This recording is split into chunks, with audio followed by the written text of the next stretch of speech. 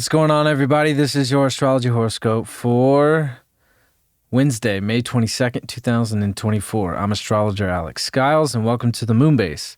Hope you guys are doing amazing. Always good to be here with all of you. If you're new here, subscribe to my channel, like this video, share this video, leave a comment, say what's up.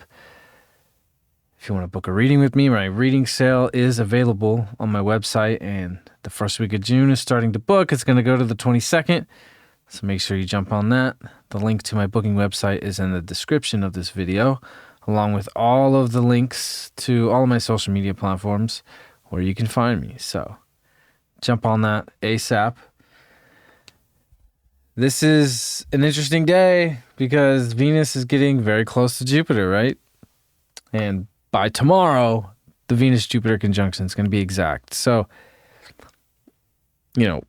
there's so much good to look forward to. There's so much positive energy, but this moon in Scorpio has kind of been really pulling us into this more intense, deeper place. It's very reflective. We're definitely looking at our unconscious self, and it's bringing up a lot and a lot of discussions yesterday when that moon opposed Scorpio. It's like having a lot of deeper, darker discussions about very truthful things. And that's what Scorpio wants to do. Scorpio really wants to get to the bottom of things. It really wants to get to the truth, because Sagittarius is after Scorpio. So Scorpio is where we actually go into the underworld. We do the dirty work. We do the detective work. We look underneath the surface to get to the truth. That Scorpio is what leads us to the truth. So it is us being willing to look at these darker things, these deeper things, the unconscious spaces within ourselves. And I think it's important with all of this positive benefic energy. We have the two benefics of the zodiac coming together here within the next 24 hours. Venus and Jupiter, right? Mercury is going to be at 10 degrees. So it's getting into the second decan. So Mercury's going to start to cross these points where the new moon happened, which is going to activate that new moon again. It's going to activate that Jupiter-Uranus conjunction that was so massive in our lives. And I just want to say something about that Jupiter-Uranus conjunction, which obviously, if you look at all the conjunctions where Jupiter-Uranus met, and since I've been alive, I've only been through a few, but I watched that Joe Rogan podcast with the actor Terrence Howard. I watched the whole thing. It was like 3 hours long. I highly recommend you guys go check that out. If you don't have 3 hours, at least get a whim of what he's talking about. Okay, Terrence Howard was an actor. He was in that, like, a bunch of movies in the 2000s. He's a great actor, actually. This man is a fucking genius, right? And then I was like, I gotta look at his chart. He's a Pisces sun. But then I looked. He was born March 1969. He was born during the Libra Jupiter-Uranus conjunction on the exact day. Okay, this guy is a fucking genius. For some people, it's a little over the top, but I was like, man, this man, if you listen to him talk, he's channeling what this Jupiter-Uranus conjunction really means. Like, he's channeling it. It's him. It's what he was made. It's what he's made of.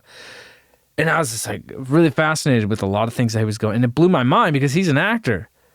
Nobody would know that this man is like as gifted as he is on a level of science and the spirituality within his scientific perspective and his discoveries. Like, it really blew my mind. I was like, this is what Jupiter-Uranus is. People think he's just an actor, but really he's really, an out of left field. I was like, wow, that's what the Jupiter-Uranus energy really is. When you think it's something, it's actually a lot more, a lot greater, and a lot bigger than what you really can see on the surface until it expresses itself. So, we had that new moon cross that point where that Venus or that Jupiter-Uranus conjunction happened. Venus crossed that point last week. Mercury's on its way. Okay? There's so much to look forward to. We don't want to get caught up in the darker places, and it's okay to go there, but we want to keep in mind that there's so much good. There's so many positive doors that are open, and this moon is going to make a quincunx to Chiron. So a lot of uncomfortable things can pop up today too. That can really like trigger us into like wounded spaces.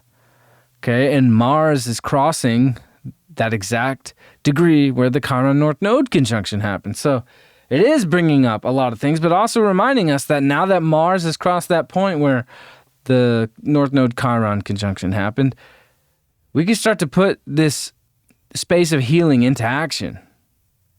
And I think we're feeling that today. The moon's in Scorpio, which is a Mars-ruled sign. Mars is in Aries and its ruler. Chiron is in Aries, which is Mars-ruled. So Mars is dispositing Chiron. Okay? Pluto is dispositing the moon.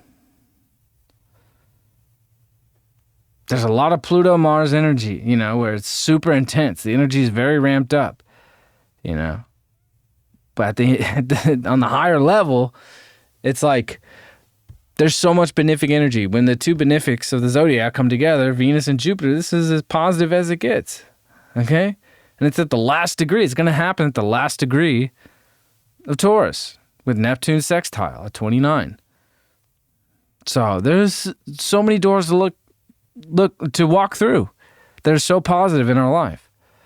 And this is such a rare moment. Also, but this is giving us like a deep reflection of like, okay, looking at all this benefic positive energy from the other side of things, right? Here's the moon. And the moon today is going to oppose Uranus. So it's like when these deep feelings come up, it's like it can be kind of sudden flashes of realization of like, oh shit, like, like I am that valuable. This is what I truly am worth, and I can't forget that. You got to remember what your true value is. And not get caught up in the kind of deeper places that can pull you out of how positive things truly are right now. And it can be easy to forget about it, right? Neptune's at 18 degrees. So, Saturn, my bad, is at 18 degrees. So Saturn's 1 degree away from going retrograde, right? So the building blocks of really like cleaning out the subconscious gutters and the building blocks of like this new reality that we're creating for ourselves.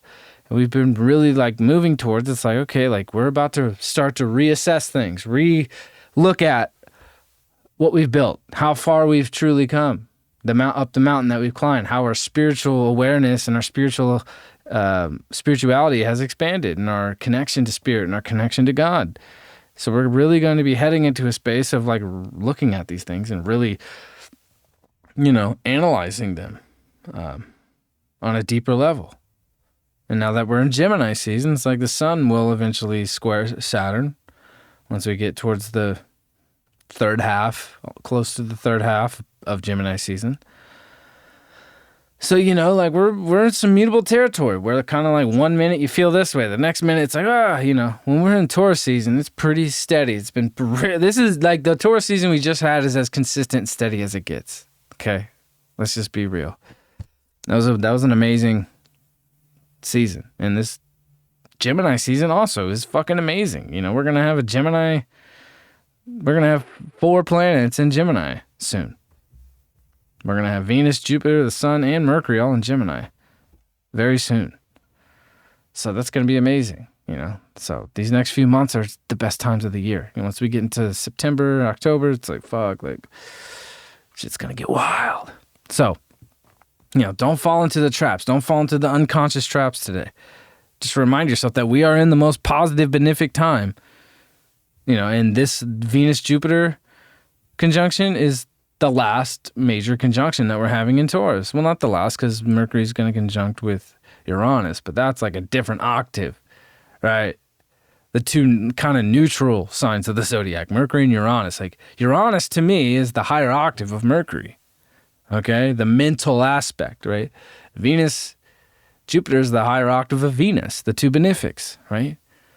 All the good things, all the beautiful things, all the blessings, love, spirituality, God, expansion. It's just, so these are the last moments of these amazing Taurus transits.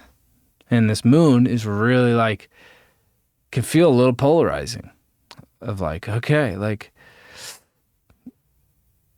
Is it really as good as it seems? Yes, it really is. It really is that good. But, and it's okay to question. It's okay to analyze it. It's okay to like go to those deeper places. But also remember that like when we do go to these deeper places, you don't want to get stuck there. Scorpio's fixed. It's easy to get stuck in the darkness. Taurus as well. It's easier to just get stuck in your feelings and not want to move, even when you know you should. That's typical Taurus, Taurus, makes a mistake and still won't admit, it's like, and then it'll just remain that way forever. So, and then when Mercury and Uranus come together and they get closer, it's like, man, like new ideas, new creative, innovative ideas are going to be coming through. New ideas and to really sustain ourselves, to bring in new resources, finding new solutions to financial issues, or finding new ways to like use resources in different ways that you never would have thought. It's like, we are in very positive, amazing times, and Mars is giving us this fucking energy, and I know some people are looking at this Mars Chiron conjunction that's going to happen as like, oh shit, look out. Like I hear like some astrologers are just like, oh, there's going to be war, this and that. It's like, yeah, like, what do you mean there's going to be war? There's fucking been war going on. Like, let's just be real here. And yeah, when Neptune comes into Aries, there's going to be a lot of Aries action going on going 2025, 2026. But, there's always conflict, and there's always conflict within ourselves, because that's what Aries really rules, is ourselves.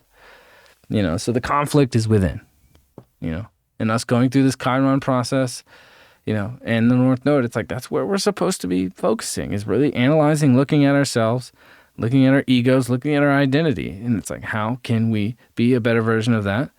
And with Mars here, it's like, what steps can we take to actually like take action on activating that healing? And now that Mars has crossed that degree where that North Node Chiron conjunction happened back in February, that's what destiny is calling us to do, is put that into action, So this moon is helping us look at the deeper things today. And I'm pretty sure that by this evening, going right into tomorrow. I'm gonna save this for tomorrow, actually. We'll save this for tomorrow because I really want to get more into this Venus-Jupiter, because this Venus-Jupiter is going to happen as we move into tomorrow, and this moon is going to oppose Venus-Jupiter. But let's talk about that more tomorrow so we can focus on that a little deeper, because I want to try to keep these more focused in a shorter time frame, because you can easily go on for an hour, a half hour, so it's a great time. But Pluto is just kind of like on its own, like doing its own thing, while we have so many planets in Aries, Taurus, and Pisces. So the moon in Scorpio is kind of by itself. Pluto is kind of by itself, while everybody else is over here supporting each other and pushing each other along, as the two benefics come together. So we can see that, there is fucking crazy shit going on in the world right now. But also the best things and the best doors are opening up at the same time. And that's what the reminder is, especially with this moon in Scorpio opposing all these Taurus planets and transits, is that when there's great things happening, there's also an equal amount of darkness. And we, always got to remind ourselves of that and never forget that. That's just the truth. So to be so focused on, oh, everything's going to be good, it's like, it's not realistic. And also Neptune at the 29th degree is shattering those illusions, for sure. Okay.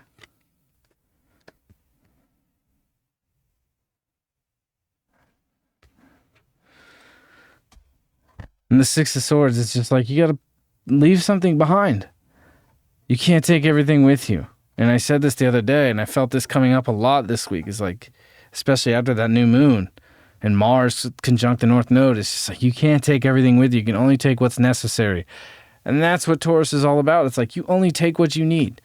Because the dark side of Taurus is hoarding feelings, hoarding emotions, hoarding possessions. All the things you don't need. You got to leave it behind. Take what's important. The people you care about, the people you love, And sometimes leaving things behind is painful.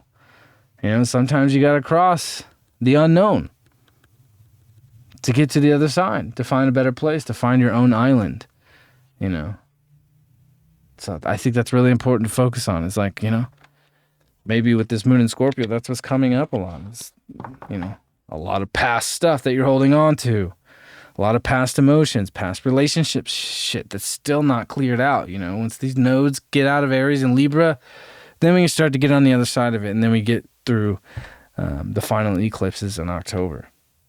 So then, you know, we still got a lot more to this process. You know, once we get to 2025, we're in new territory. The nodes are going to be in Pisces and Virgo.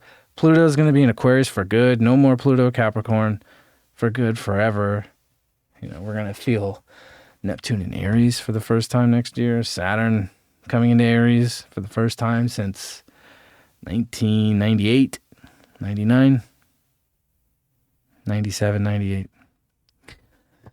Anyways, I just want to let you guys know, yesterday I spent the whole day designing all the things that I need to do the sun signs. You know, I've had it in my mind for a while, and I know a lot of people have been saying, do some fucking sun signs. We want that shit. So I spent the whole day kind of designing kind of the system and the setup and how I want to do it, so it's at the highest value that I can deliver to make it cool and more interesting and not just, you know, bland. Just talking to a camera. So I got some cool things that I spent the whole day yesterday working on. So I think by tomorrow, I want to have it up. I'm going to give it a shot. And yeah. And I think I want to try to deliver that weekly, because that's the thing. Once I get a system and I get it set up, then I can just sit down and do it, and I don't have to think about the technical stuff. But it takes time for me to kind of develop that. But once I get things to that place, then I can make it a routine. So I'm excited about that, and I appreciate you guys asking about it and pushing me to actually want to do that. That's kind of the thing. It's like, I love doing this. I love putting out the horoscopes, and, you know, when it makes sense to do things and the energy's right, and, you know, the evolution and the development of this happens naturally. So it's really cool. So yeah, I'll see you guys tomorrow, and fuck yeah, have a wonderful day. We got Venus, Jupiter tomorrow, so I'm excited. Have a good day. Peace out.